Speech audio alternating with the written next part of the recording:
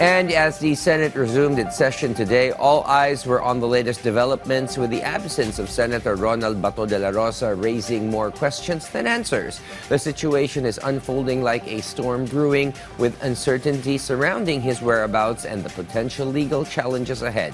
Daniel Manalastas reports. As Senate resumed its session today after the Undas break, many were anticipating Senator Ronald De La Rosa to attend today's session, but De La Rosa was not present during the plenary session. There's no confirmation yet as to where he is right now. It can be recalled that over the weekend, Ombudsman Jesus Crispin Remulla revealed an information about an alleged warrant of arrest against the senator by International Criminal Court or ICC.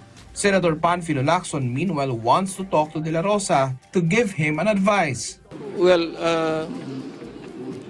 marami sanang how to go about yung pagharap niya, kasi I think he knows it naman kasi galing naman sa PNP, but yung my own personal experience or experiences gusto ko ibahagi sa kanya para lang not for anything but within the bounds of the law and rules ng International Criminal Court.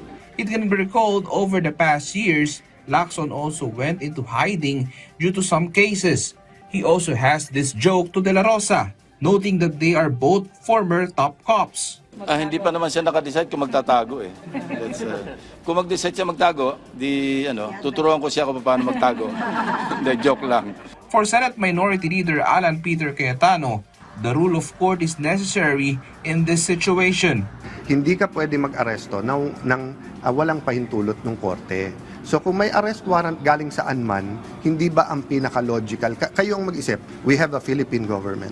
That's totally, kung sino man ang analyst na nagbigay nun na mas mataas ang ICC, walang po yun, walang basis in law.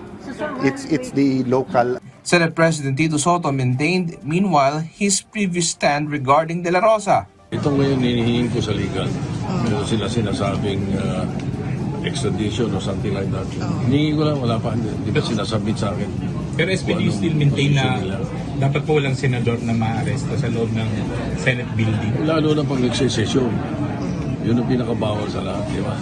Habang nagsesesyon, may darating arrestuin yung senador. Hindi ko ipapayag. But earlier, Soto said that outside the Senate premises, that's no longer their concern.